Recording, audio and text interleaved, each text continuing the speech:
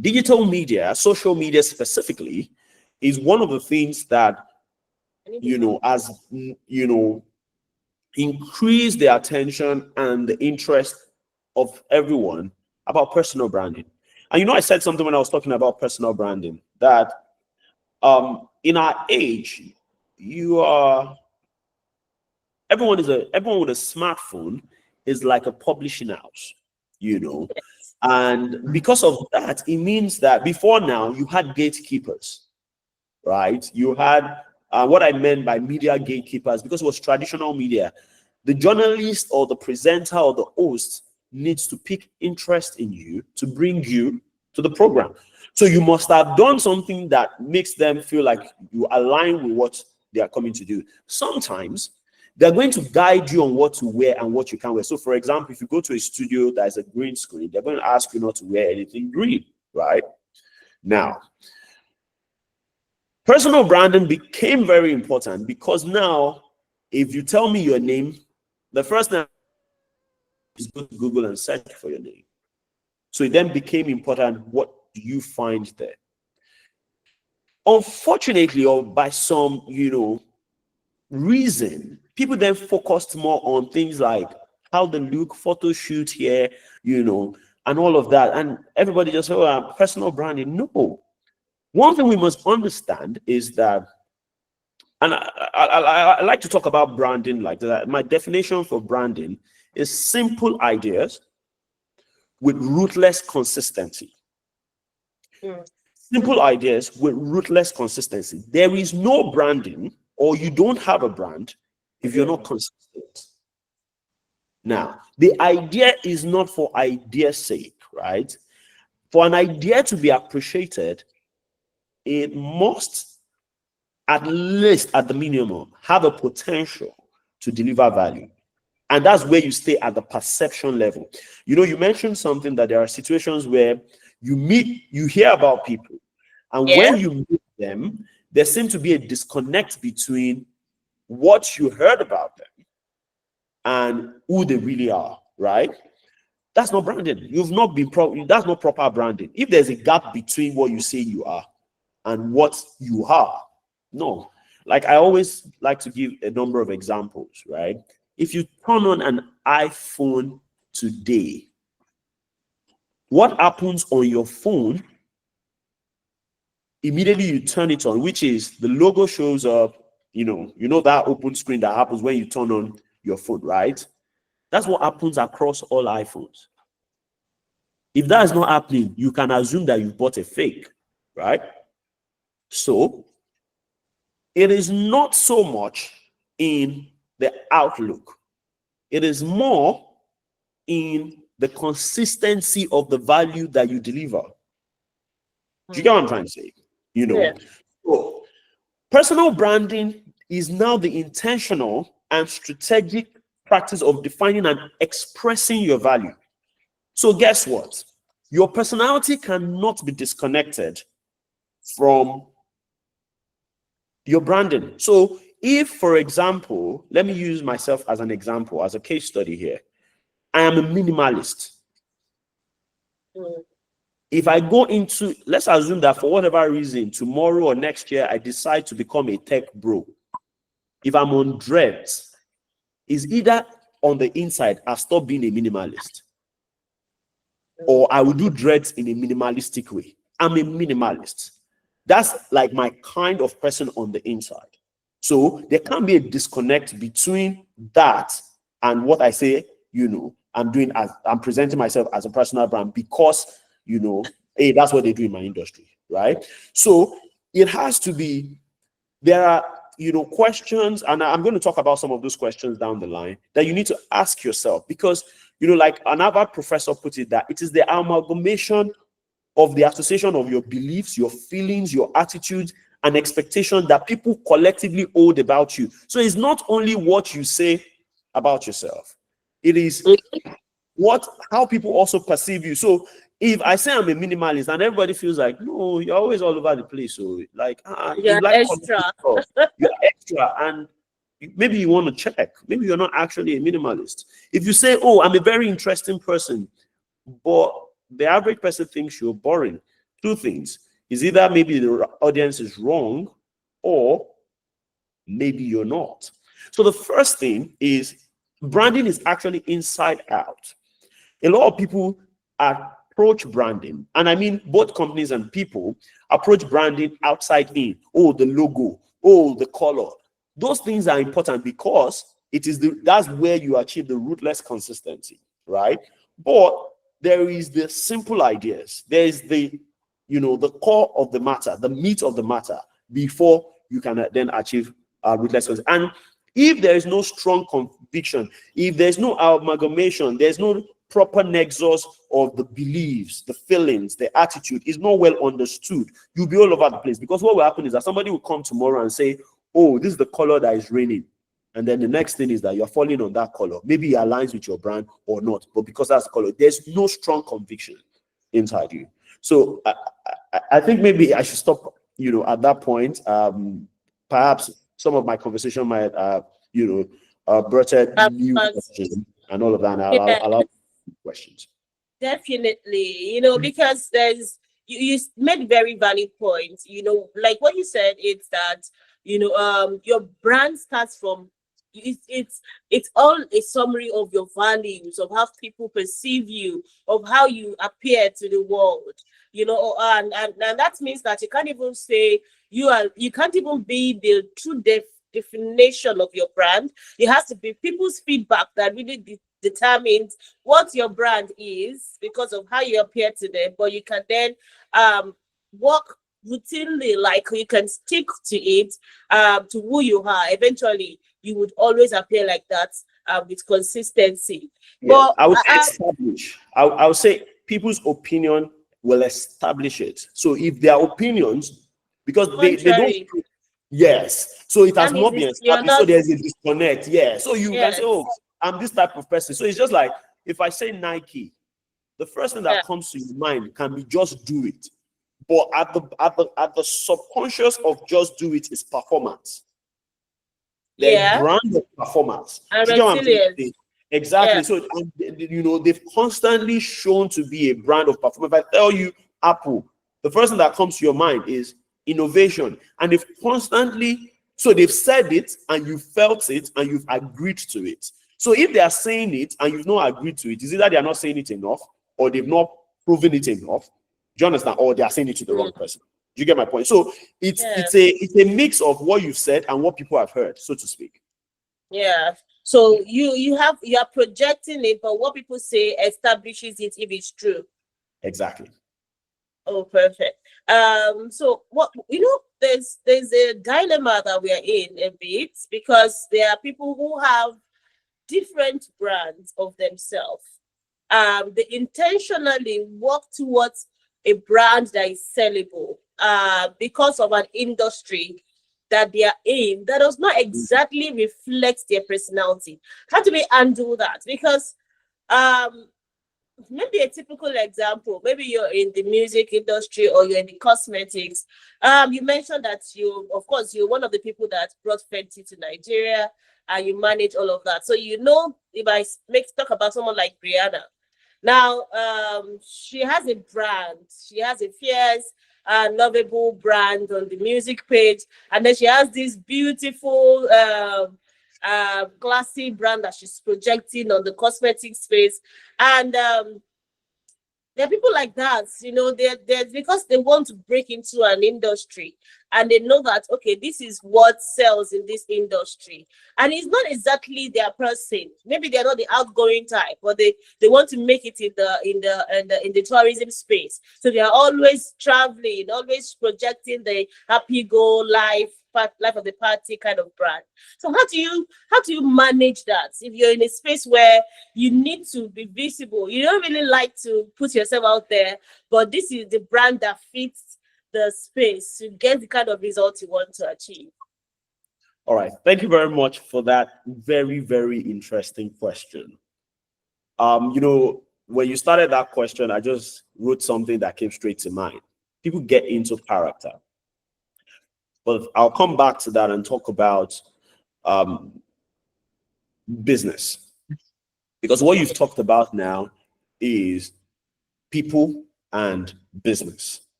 right? Coincidentally, I met someone this morning who talked about, we were discussing financial brands in Nigeria, and we talked about PiggyVest. I know if I wait 30 seconds and ask everyone on this call to tell me who the CEO of PiggyVest is without checking the internet, they're most likely going to tell me that it's a female called Odun. They're most likely going to say, oh, Odun is the CEO of PiggyVest. There are 3 co-founders of PiggyVest.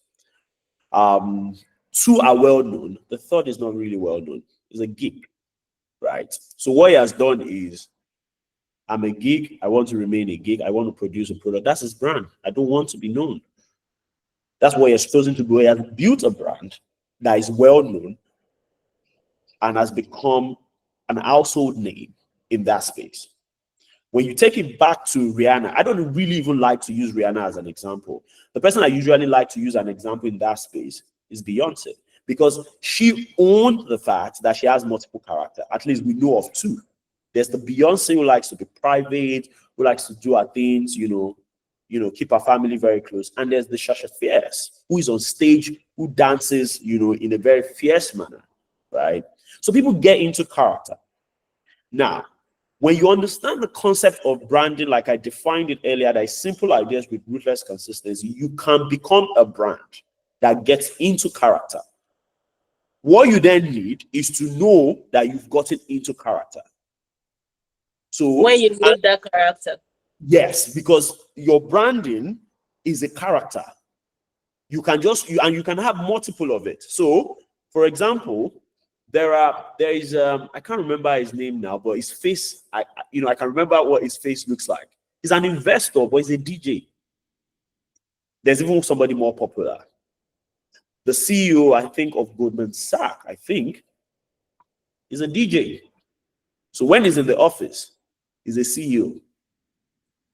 When he's in the entertainment space, he's a DJ. He needs to get into character.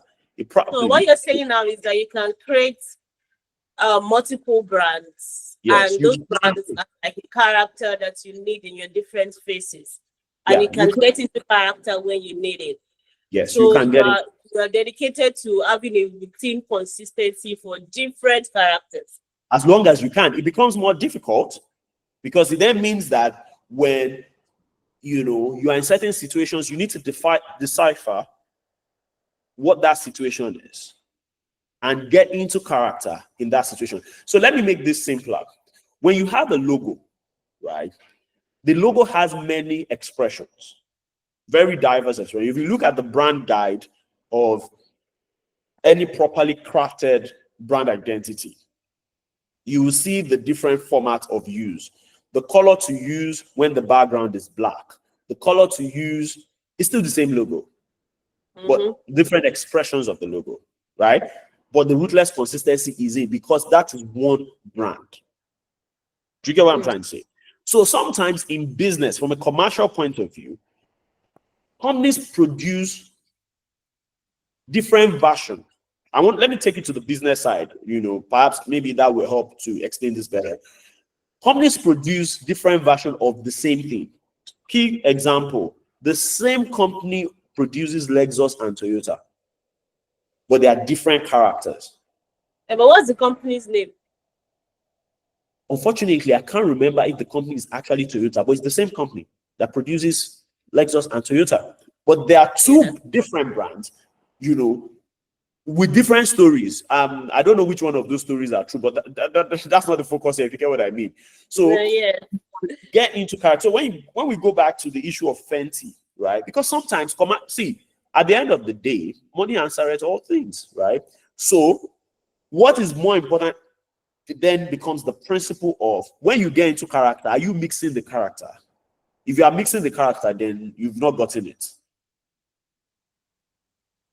Do you get my point? It's more tedious, but if it's paying the bills, maybe you need to do it. And that's why when you see some actors in the entertainment space, some of them struggle with this a lot because they act so well that people can't separate their personality on screen to their personality in real life.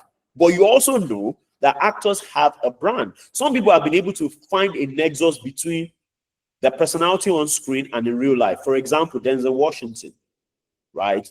Almost the same feel you get when you see him on screen is very similar to, what you get when you see him off screen. I've not met him in person, but I like him a lot. So, I'm a fan. So I tend to see some of his activities off screen. That's how he talks. That's his belief system. So he has found a nexus. But when you look at some people, nobody's coming to mind right now, but I've met some artists in Nigeria that off screen, they are completely different. And some they've gotten into multiple characters. Some people are so quiet in person that all you need to do is to flip the camera on and they get into character. So their brand on camera, which is what a lot of people then get used to, which is probably what they are pushing the most, is different from what you see them off screen.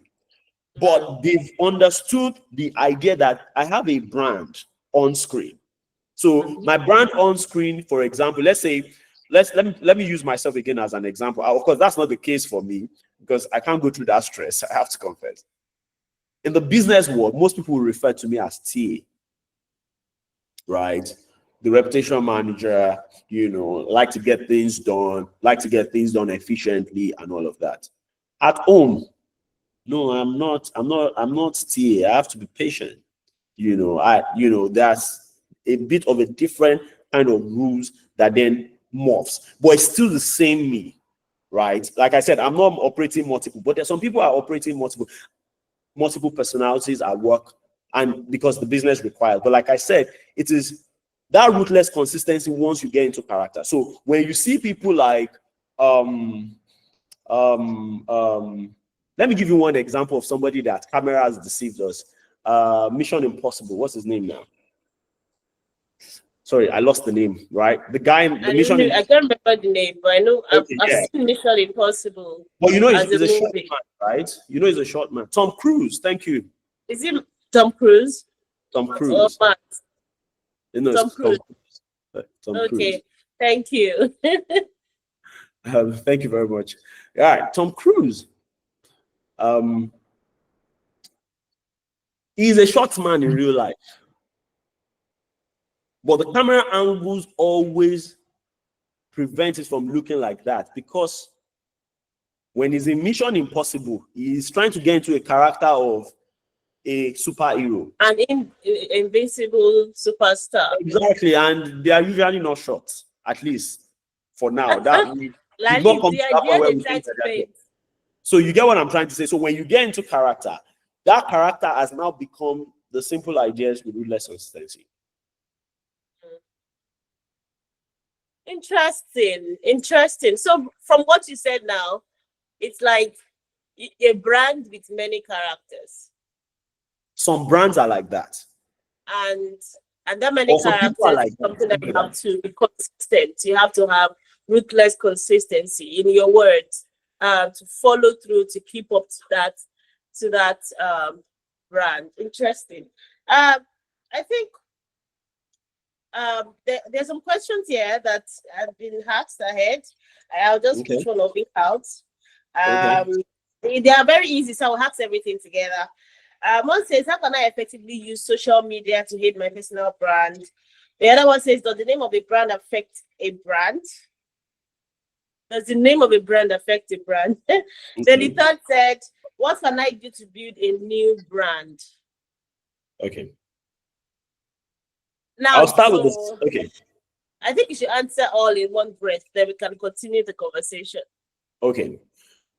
I'll start with the second question, because now I can't remember the first one, but I'll come back to it. The first one says, so I'll take it again. The first one says, how can I effectively use social media to aid my personal branding? She wants to know. Okay. I think that's like, the second one says, does the name of a brand affect a brand?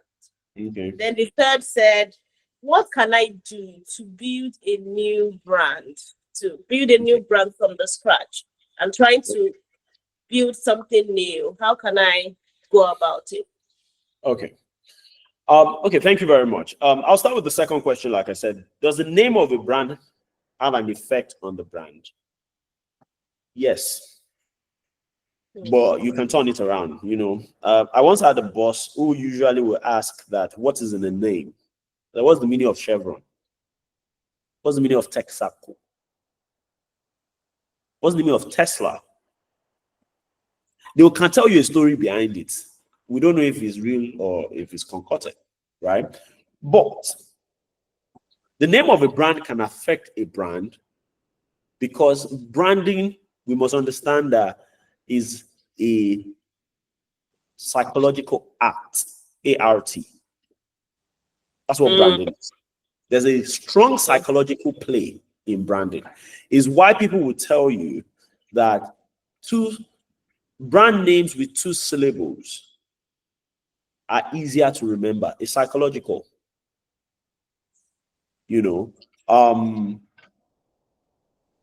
So you want to consider some of those things. Guess what? Have you noticed that a lot of luxury brands have a special way of pronouncing the brand? It's deliberate. What are they trying to achieve? They're trying to draw you in, because luxury is largely perception. So they say Vacheron Constantin, like, it's just a watch. It could have just been VC. Do you understand? But it's a very expensive watch. How do you relish, the amount that you spent on it, if you don't, do you understand? If you don't call the full name and say it was Vacheron, do you get what I'm trying to say? Because that's luxury. They say, oh, is it Hermes or Hermes? Of course, French guys do that a lot also. A lot of French guys. So they'll tell you that, oh, because it's French. No, it's not because it's French. There are some British brands that are also like that, where they don't, it's not commercial or average brand. So they are not playing on that level. So the name of a brand can affect the brand. So if you are, for example, if you're in Nigeria and you are trying to target the luxury brands in Nigeria, you can pick a name, but you must understand the effect of picking that type of name to ensure that in picking the name, right, you don't have an uphill task of selling to the audience you want to sell to. So if you pick a name that is very indigenous, I don't like to say local, right? That's very indigenous. You want to sell the story of heritage behind that name if you are selling to a luxury market, because they will beat it. That's the only way the attention you are now getting for that market is going to come from the heritage of that brand. Yes, and because you understand the luxury space, that to sell luxury, you want to sell scarcity also. You want to show that it's exclusive, it's not available to everyone. So if the thing is already, you're already selling a story of heritage, that means that maybe there are not too many of it. If you have, let's say, you have a restaurant, right? And you say that in this restaurant, we cook with palm oil that was made from 80-year-old or 100-year-old palm tree that only produces 100 liters of oil a year, and this is the uniqueness of the 100 liters of oil it produces. You can't find it anywhere. So when you say a plate of food is 100,000, it's not the food they are really coming to eat. Is that exclusive? Is the exclusivity? Yeah, the feeling. You can call it whatever the name is. You can call it I'm trying to remember the Yoruba of under the banana tree. Do you understand? Or you can call it the restaurant. Or Diroko. But when you build the story around it, that, oh yeah, there's a place called the Diroko, you will bring foreign people. It's already a tourist center, and everybody's like, it's just a Diroko. But if you don't position it well and just call it Henyon Foworogi, do you understand? Of course that's mouthful. But if you build a Henyon Foworogi, might be difficult because is a common word that you might have an uphill task of selling. But what I'm saying is that, and it already has an history.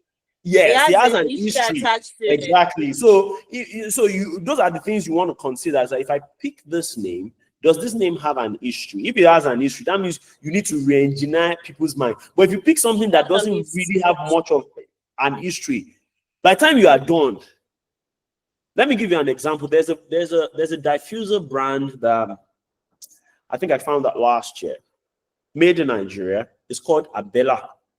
It's candle. Okay. Very nice.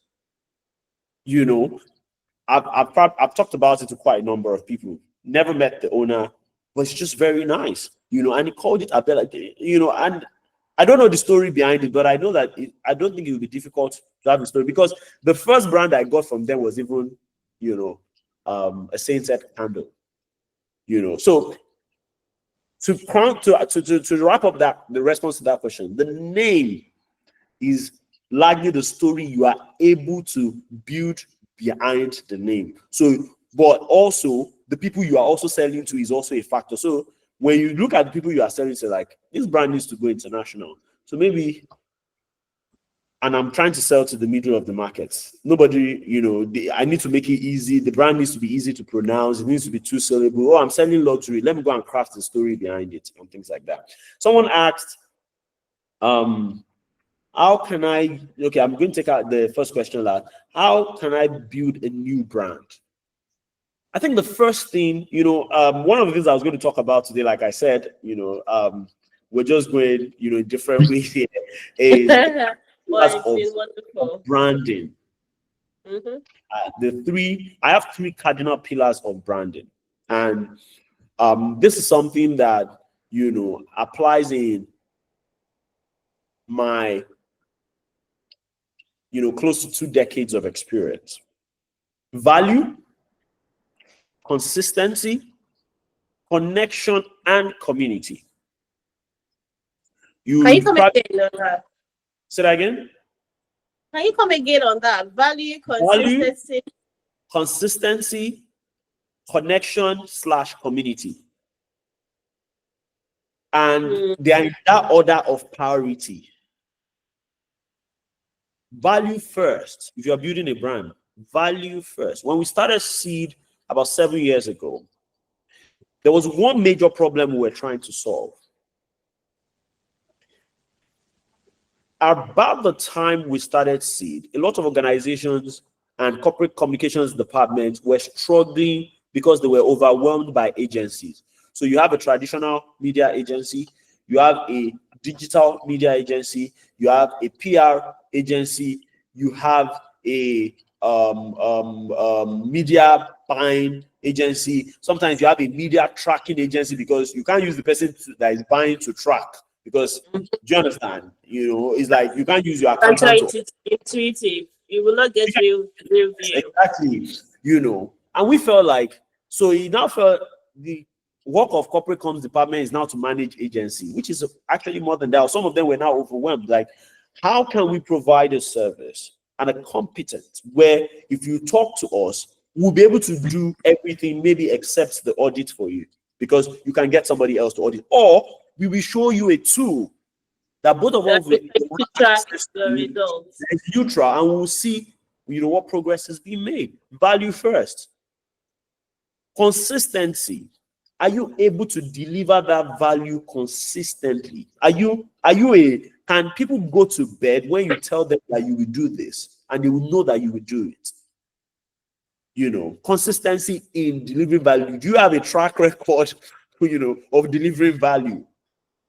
Connection and community. I've put these two together because people often talk about story, but it's important for your brand to also connect. So if you look at, you know, the value that I talked about at the beginning, is because I connected with a community of people, corporate comms department and CEO. I've connected with them. I'm empathic enough to know where the shoe is pinching, to be able to say, this is the problem you guys are going through. You have to send several briefs. Like, you two are creatives, you two are brands managers, you two want to contribute to the development, to the marketing process of the brand, but you're bogged down by project management and administrative process of managing 5-6 agencies. So I felt their pain. But I'm also able to craft a story out of that, because I'm telling you the story of something you can resonate with. So I'm connecting with you by saying that you've not told me, but I know that this is the problem. There's also the secondary part of the CEOs. We found out that if I needed to sell the service of marketing communication in majority of the agency, right, the decision making is usually very high up, either the CEO or somebody that is at a GM minimum or a director level, right? And well, a lot of things you don't even need to get that far to be able to make it for them to make a purchase decision. So we started to find out what value are the CEOs and the directors looking for, majorly bottom line.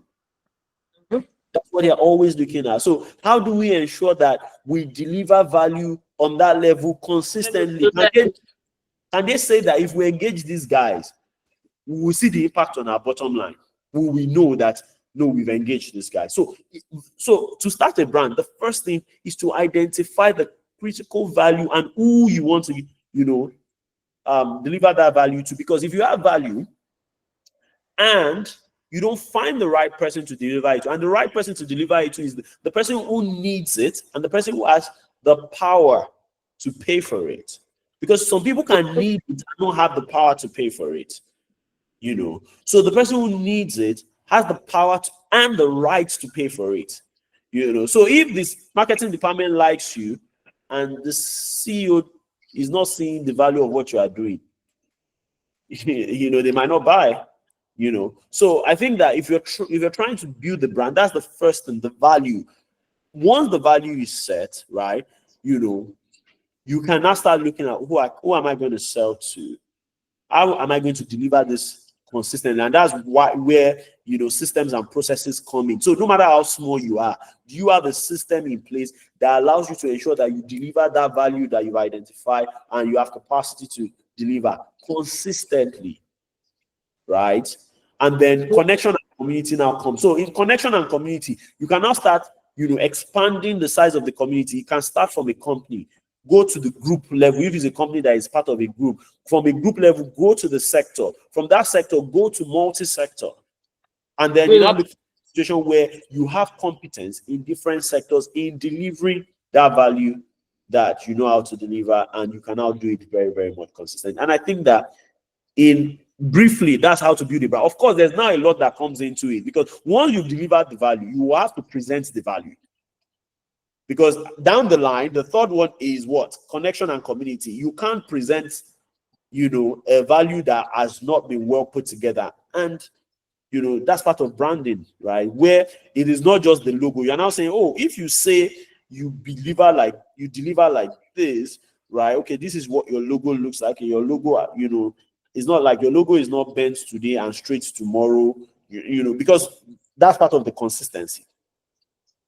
Your tone of speak and all of that, you then now go. So as you're building the brand identity, which is, what people often talk about the most. But behind the brand identity is the value, the consistency, the community, and the connection. So for example, if you have a target audience that are very superstitious, for example, you better not put some icons or some superstitious icon in your logo, because that's the reason somebody might not do business with you. So those, for me, those are eventually we're yeah, sorry to cut you in. Eventually we're trading with, either you're doing business or you're pushing your own personal branding career, you your own products, or whatever you're doing. Eventually we're dealing with systems and emotions and people. And Yes. I like all the things that you mentioned, because they're so relatable even to your own personal brand. Behind the visibility and identity is values, knowing the things that you bring to the table, like we all say, knowing what values you can bring, what values you can create, what things you can pull out from your intellect, what things you can pull out, knowing who you are, how you see things, the specificity of your own site, of your own innovations, your own ideas, inspirations, and how it plays out in whatever it is that you might eventually be doing. or even any work that you might take in, and how to make sure that you know that value, you master it, you're consistent at, you can consistently deliver the value wherever you go. Even, you know, some people, their value is that they know how to make money.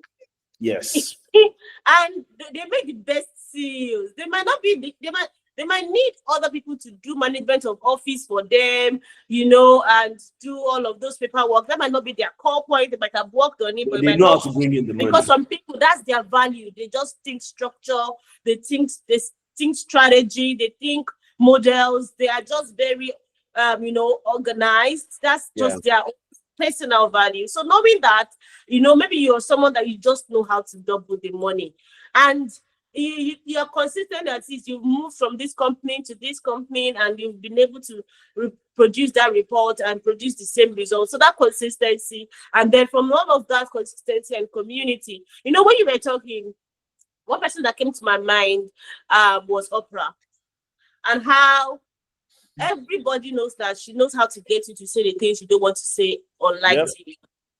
And that is how she built a brand. She built a brand around somebody that can make you vulnerable and still feel good by saying the things you didn't want to say right on the spot. Yes. And she was able to navigate that brand so much that she built an entire system around her. An empire. And you know, that is now the point I would like you to address before we close. How do you build that?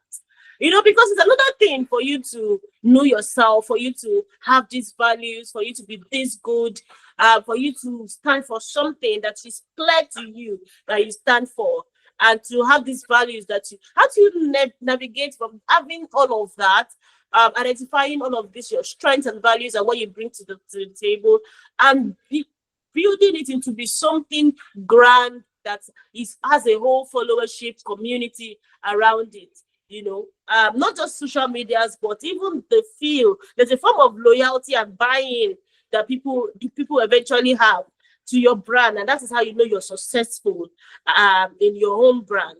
So how do you get there, you know, as we were running towards the end of the meeting?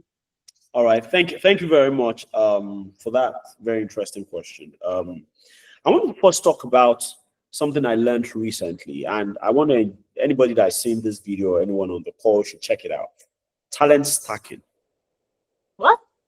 Talent stacking. When you stack. Oh, talent stacking. Talent stacking. Especially in our present world, you want to identify the stack of talent that you have that makes you unique, that presents your uniqueness. You want to first identify that, because in it sometimes lie your value and your uniqueness. In it lies your uniqueness. So when you talk about how do you make money from, you know, your personal brand, what are the transferable use of your stack of talent? Who is going to pay for that value you are able to deliver? Again, let me use myself as an example. Like I said at the beginning, studied microbiology, but from a very young age, I've always been interested in media. In all fairness, and I didn't realize this at the beginning of my career, by the way, I've always had a get it done spirit. You know, my mom tells me that I'm the child who doesn't want to have lunch because he has not done his assignment, right? So I've always had a get it done kind of, you know, approach to things. The serious people in school. Well, sometimes, you know. And so, but again, yeah, I studied microbiology.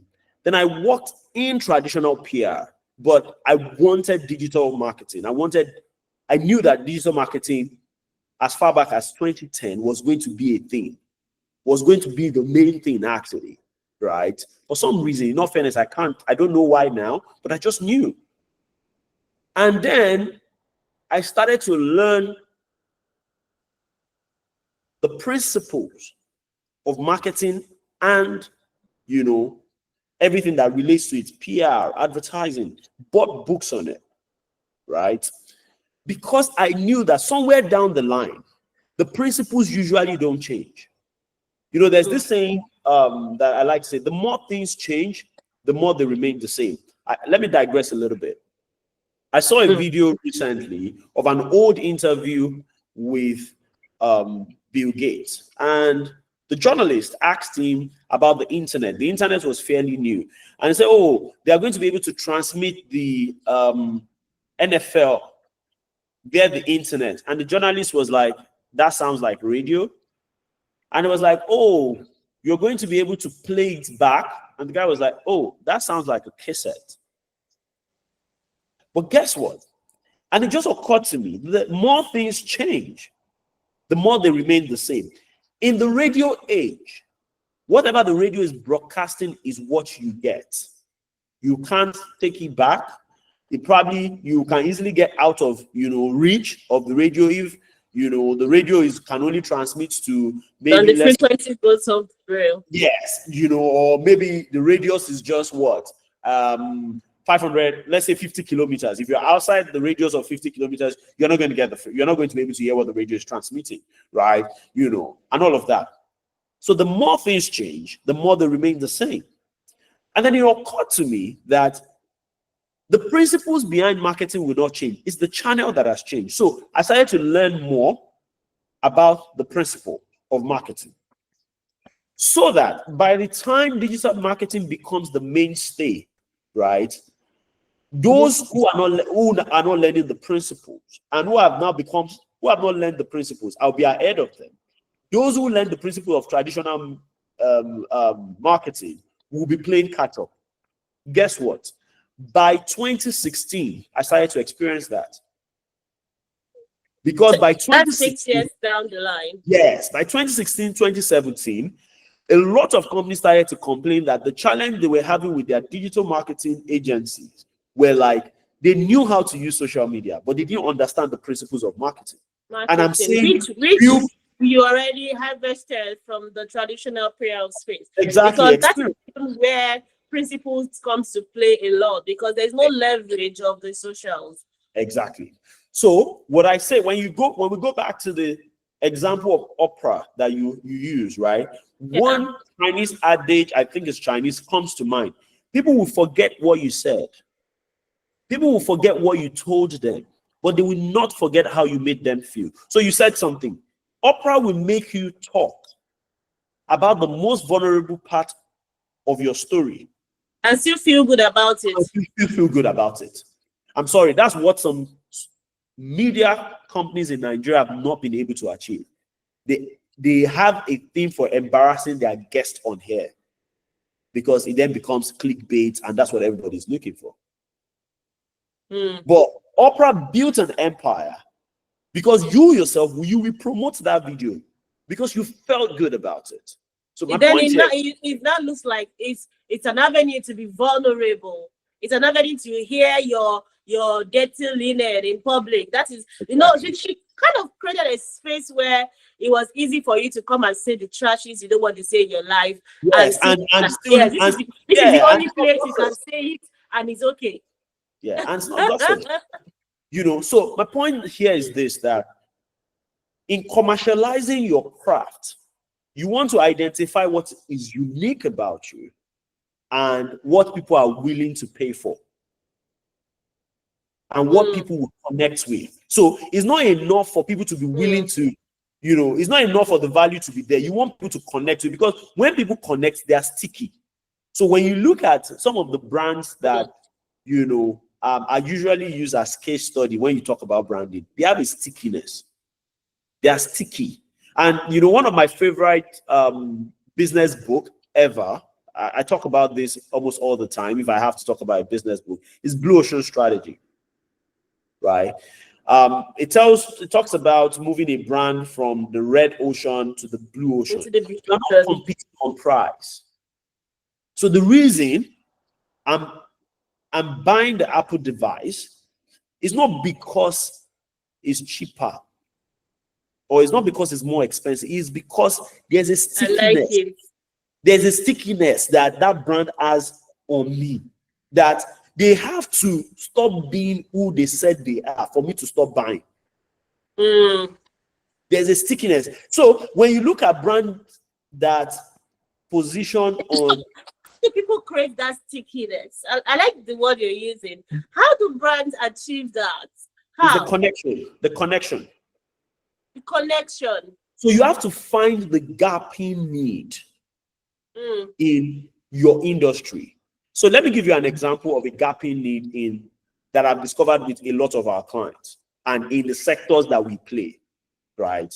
A gapping need in our own, especially when it comes to PR for B2B, is that a lot of PR agencies do not have a wide array of industry knowledge. They don't have a wide array of industry knowledge, or they don't have the industry knowledge does not go round, so to speak. Do you get what I mean? So I tell people that if I pick up an industry today, one industry that we've not really worked that I'm looking forward to work in is aviation. I'm going to go and learn the pain in that industry, not the pain of my clients, the pain in that industry. Because when I learn the pain in that industry, when I'm talking to my clients, if I'm talking connect with you, they will know that this person knows where the shoe is pinching. This person knows why flights are delayed. For example, again, because it's an industry that I'm interested in, I can tell you one of the reasons why flights are usually delayed in Nigeria. There are quite a number of reasons. One is we don't have enough aircraft, right? Two is that we don't have efficiency in ground management. The efficiency in ground management is faulty. So, and it's also one of the reasons why you have bad traffic. So let me use traffic to analyze this. If there's a pothole on Lekki Ekpe Expressway that makes every car to slow down by maybe, let's say, 10 seconds. If 10,000 cars should slow down for that 10 seconds, it will increase the journey by 10,000 multiplied by 10 seconds. So if it used to take 15 minutes to pass that road, right? What will happen is that you can add an additional, that would be 10,000 multiplied by 10 will be 100,000 seconds. 100,000 seconds is about maybe 1 hour. It can add an additional 1 hour to the trip just because everybody is now, slowing down an extra 10 seconds. So when there's an issue in ground management, sometimes what has happened is that 10 minutes, 15 minutes delay will have a domino effect on all the flights that aircraft is involved in that day. So if I'm going to work in that industry, I'm going to say this is the biggest thing that is giving you the biggest PR. So how do we solve it?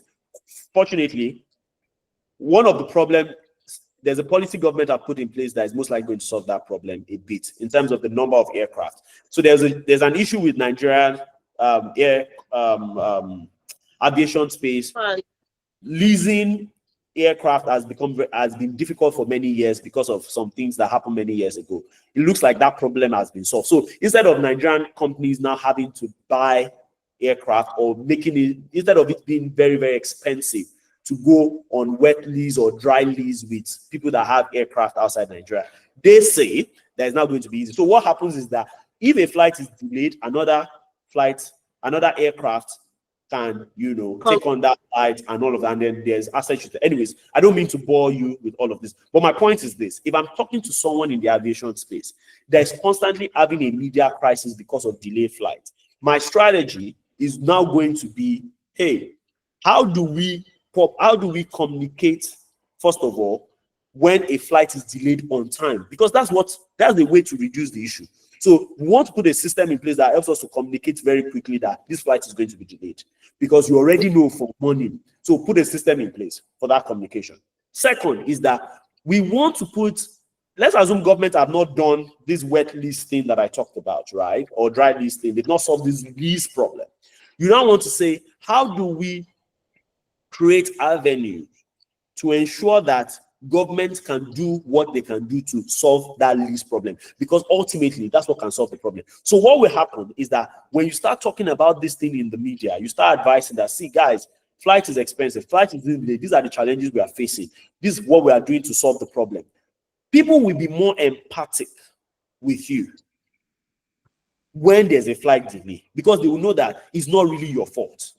Do you get what I'm trying to say? So from my own side, by doing this with a client, I'm going to be sticky with that client. So when the client wants to go and meet another person, the client is going to be, the first thing you are going to be thinking is that this person I'm going to meet, will the person understand my business like these guys?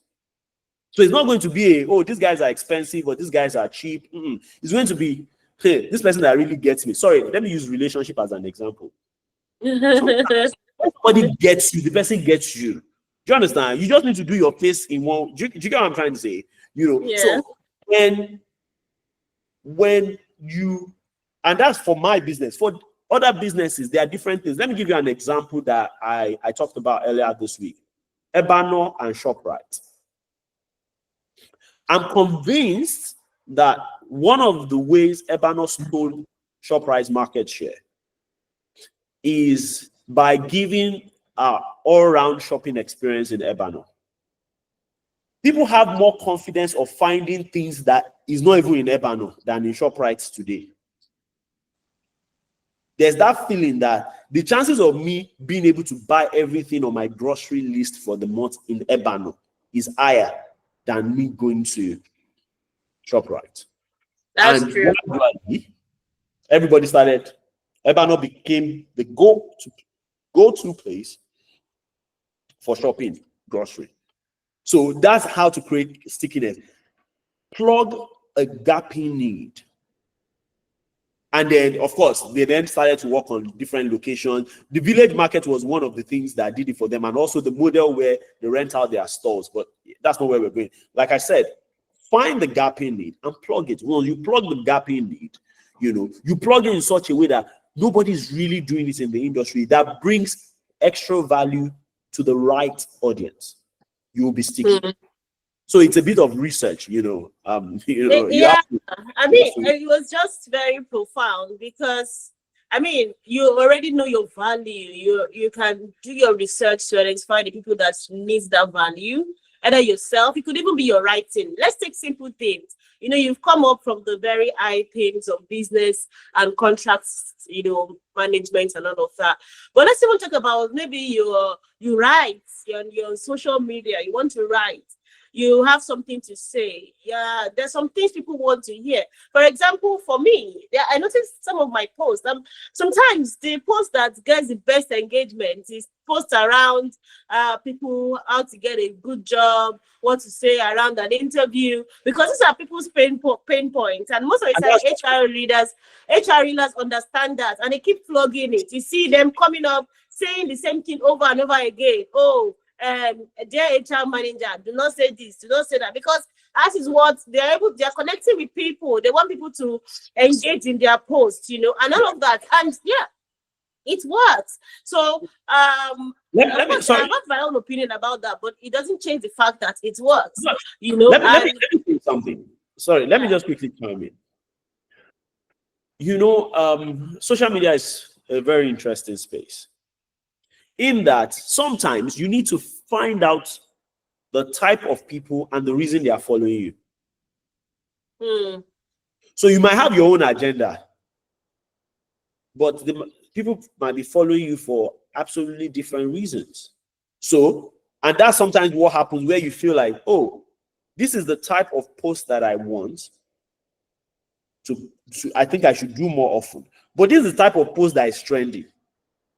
You're going to have to choose what you want to do, because if you have the staying power, if you continue to post what you want, you will attract the people some way or the other.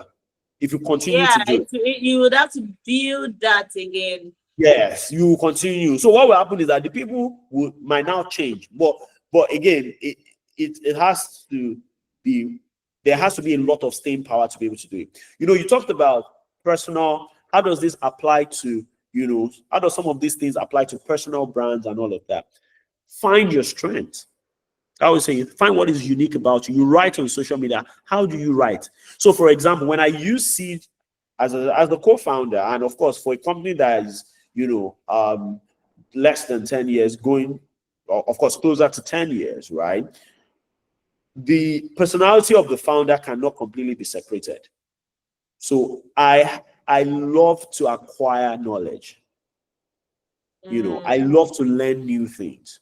So it's very natural to me to, you know, sometimes, you know, my wife is surprised how I know about certain things. Like, what's your business knowing about those things?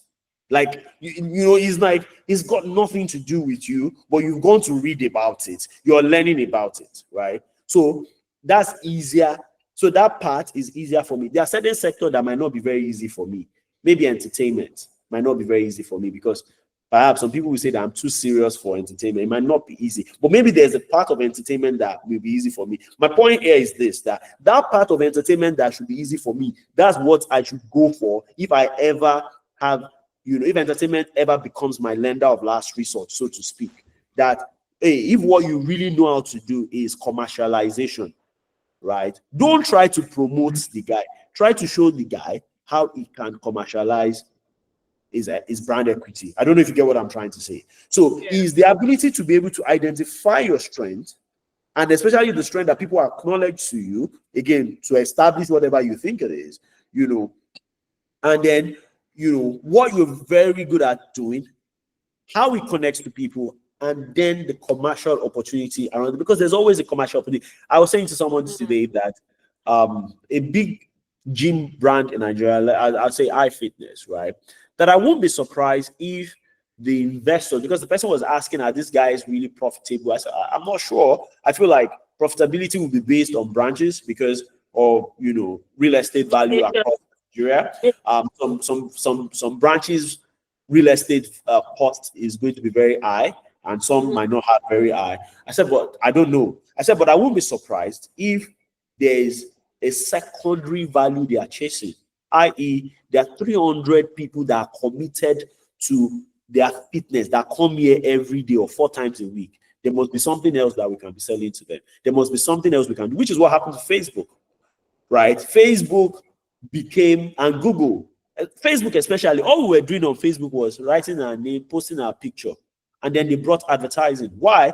Because once you created that community and people were there, the next thing to do was, you know, quote and unquote, sell their data. The jury is out on. But that's it. That's another part of data security and protection that we don't even want to go into, yeah. But it is what it is. Yes, I mean, we can't exhaust this topic, but we've really done justice to it. I believe anybody that came to this conversation, I've learned one thing or the other. For me, I've learned stickiness. I need to work on that part. Yeah. How people get connected. They feel like you understand their pain point and you're able to solve it with their value. And there's nothing that beats that in trying to get someone's buy-in to deploy your service or even deploy your own intellect or skill. I mean, it's what we're also looking for. Most of the time, when you want to get into a space, let me even talk about from my own point of view. You know, when you're hiring someone, you're looking for someone that might understand, at least have an idea of what you do as a business, what's their own part of their skill, how it will translate into the success of your business goal entirely. Especially when you're talking about senior level space, you want you're really bothered about stuff. Did this person get us? Did this person follow through and fit in and really see the business needs and not just be all over the place trying to do new things? You know, you're just bothered around that part. So it's very, very applicable and relatable and true. And I really would take this time to appreciate you again for taking out this solid hour to have this conversation with us. Everybody here, I'd like to get your feedback. Please say thank you, TA. We're grateful you came. Thank you. We really had a great time. Let him know how you felt about the session. I am already saying mine. I think it was beautiful. We would upload this video later on YouTube so that you can listen to it over and over again. I'm grateful. Let me leave you all back to your to the remaining time on your Saturday, and looking forward to it, to the last session of this year, which is coming up next month.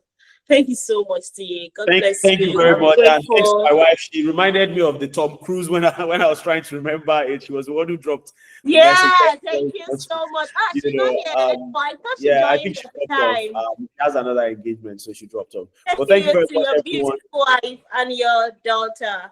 Thank you very much. Thanks everyone for listening. And thank you very much, JHK, for inviting me. It's been a very, very interesting conversation. And I look forward to us connecting again. I have like a workbook that I'll try and get across to you during the week that can help people, find their way around personal branding. Oh, perfect. It wasn't originally created by me, but I think people will find it very, very useful. We've done some adaptation to it, and I can share that with you. Such level of resourcefulness. Thank you so much. I'm You're looking welcome. forward to I'm No sure I'm going to apply it myself and share it to problem. everyone right Yeah. here. Thank you. All And have a right then. beautiful, beautiful You too. Have a Saturday. great weekend, Thank everyone. you, Bye. everyone who joined. Thank you so much for coming. For this, everybody here, I believe I have your email address for you to have gotten this, so we'll send it to you on that. And if you joined from the career page on Telegram, just send me a DM, and we would also include you on the mailing list. All right. Thank you so much, everyone. Have a beautiful day. Enjoy the rest of your day. See you again next month on Next Gen Africa. Just All continue to right. be your best self and don't stop. Bye-bye. All right. Bye.